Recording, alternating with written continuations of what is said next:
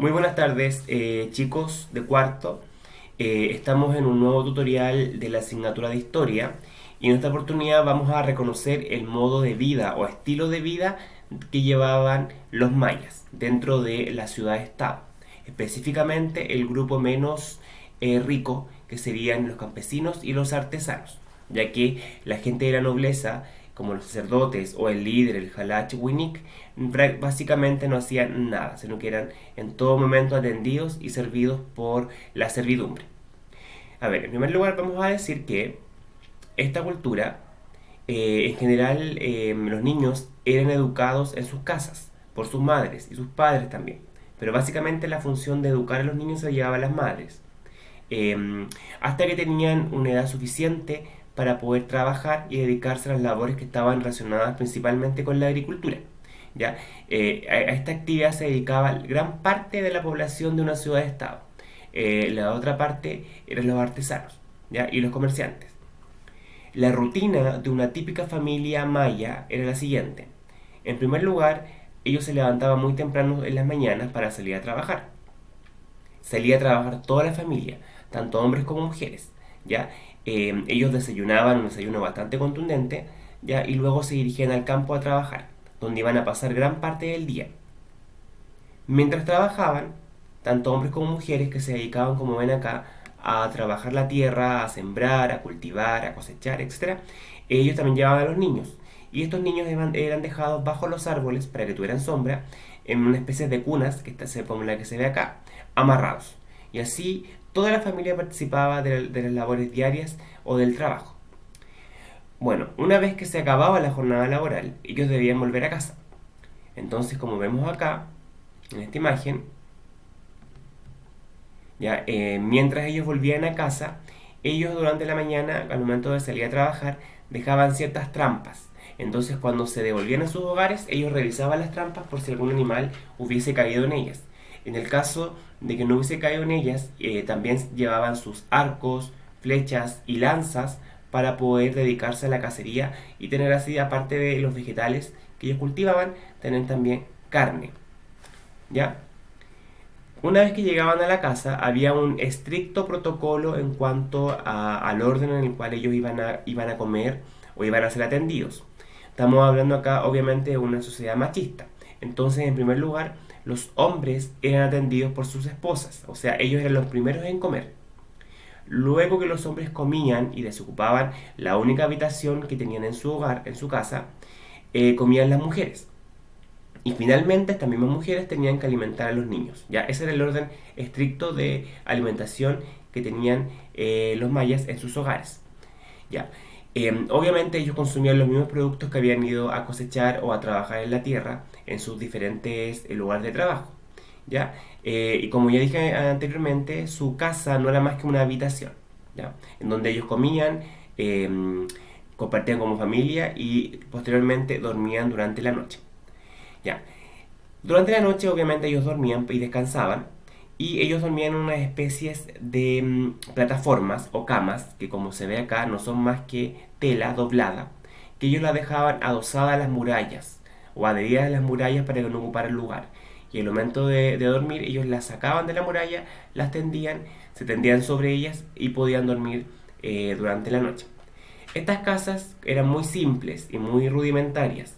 Eran hechas de palo, de barro, ya con techumbres de hoja y de ramas, ya que no necesitaban mayormente casas más elaboradas, pues el clima les permitía tener este tipo de hogares.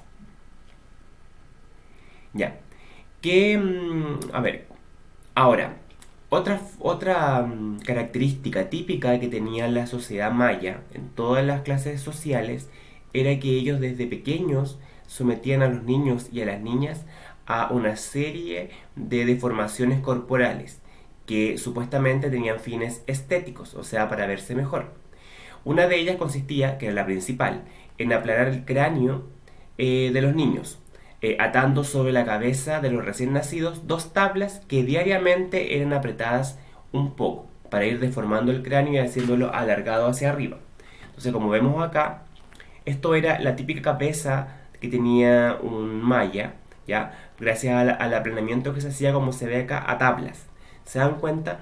Los niños eran sometidos a esta, para ahora sería una tortura, para ellos tenía un fin estético. O sea, entre más alargada la cabeza y más plana, más bellos eran.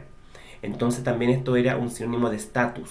Quiere decir que los nobles generalmente tenían cabezas más alargadas porque tenían el tiempo y tenían la servidumbre adecuada para poder ser sometidos a este tipo de deformaciones. Como se ve acá, dos tablas y esto lo van apretando, apretando y cada vez que lo van apretando la cabeza se va deformando. O sea, el cráneo se va rompiendo y se va deformando hacia arriba.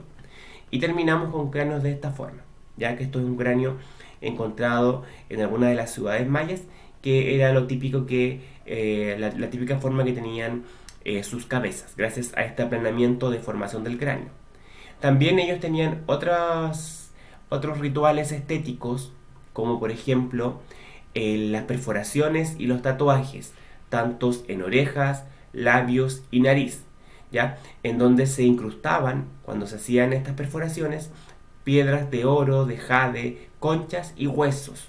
Esto llegaba incluso a los dientes. Fíjense, acá están haciendo perforaciones en los labios, ahí en las orejas. Acá tenemos incluso los dientes, que les incrustaban estas especies de piezas de oro o de jade o piedras preciosas. Como se ve acá también, acá ven mucho tatuaje en la cara, mucha perforación en las orejas para poner estas especies de platillos, ¿ya? Y su estética, como dije, era bastante importante para ellos, ¿ven? Aquí perforaciones abajo del labio, estos tocados que se ponían sobre la cabeza, en las orejas, etcétera, etcétera, etcétera. Y los tatuajes eran tanto en la cara como en el cuerpo. Entonces ellos tenían una alta valoración por la estética, por el verse bien.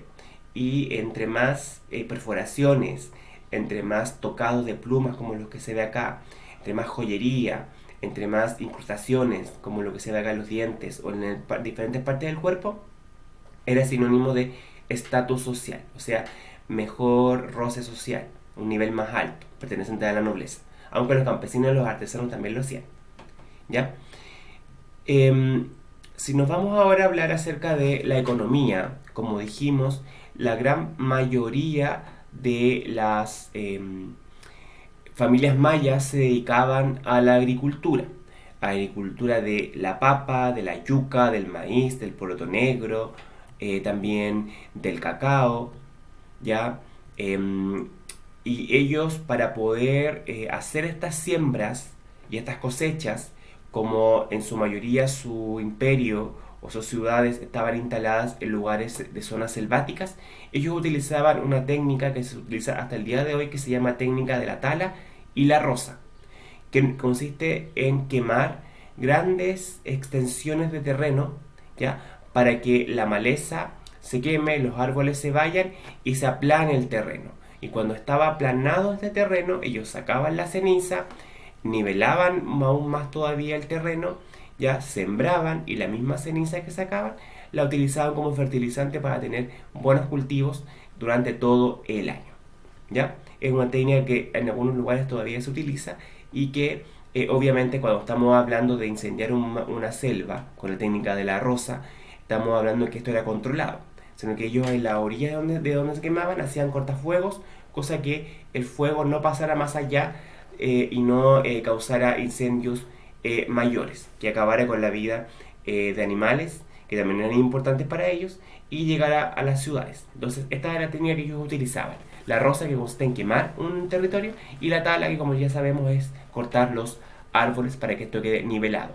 Y aprovechaban todo porque hasta la misma ceniza la utilizaban como fertilizante. Gracias a estos productos que ellos extraían, que los vuelvo a decir, los frijoles, el maíz, la yuca, cacao, el camote, etcétera, ellos luego podían irse a las ciudades y abastecerse a través de los comercios que habían en la gran mayoría de las calles interiores de las ciudades-estado. Entonces, estos mayas, aparte de también de vender estos productos en la actividad comercial, ellos también tenían otras actividades productivas, como son la pesca, la caza, la recolección de los frutos, ¿ya? Y obviamente las artesanías en base al algodón, la madera y las piedras semipreciosas como el jade, ¿ya? Entonces ellos realizaban intercambios. A estos intercambios de mercadería en las diferentes calles donde se realizaban las actividades comerciales se les denomina trueque. Por ejemplo, una familia o un comerciante que tenía, no sé, yuca o tenía camote, que son tipos de papa, los intercambiaba con frutos, con otro comerciante. Y así ellos se entendían. Y en algunas ocasiones también intercambiaban o compraban a través de piedras preciosas o de dinero en sí, que en realidad más que dinero son piedras preciosas, ¿ya? Y obviamente cada familia que pertenecía a los grupos de artesanos o de campesinos tenían que pagar un alto tributo a la ciudad-estado. Estos tributos iban a parar directamente a la nobleza y al Halach Winik, que como sabemos ellos en realidad no hacían nada, sino que tenían una servidumbre que los atendía y que se dedicaba a poder alimentarlos y vestirlos.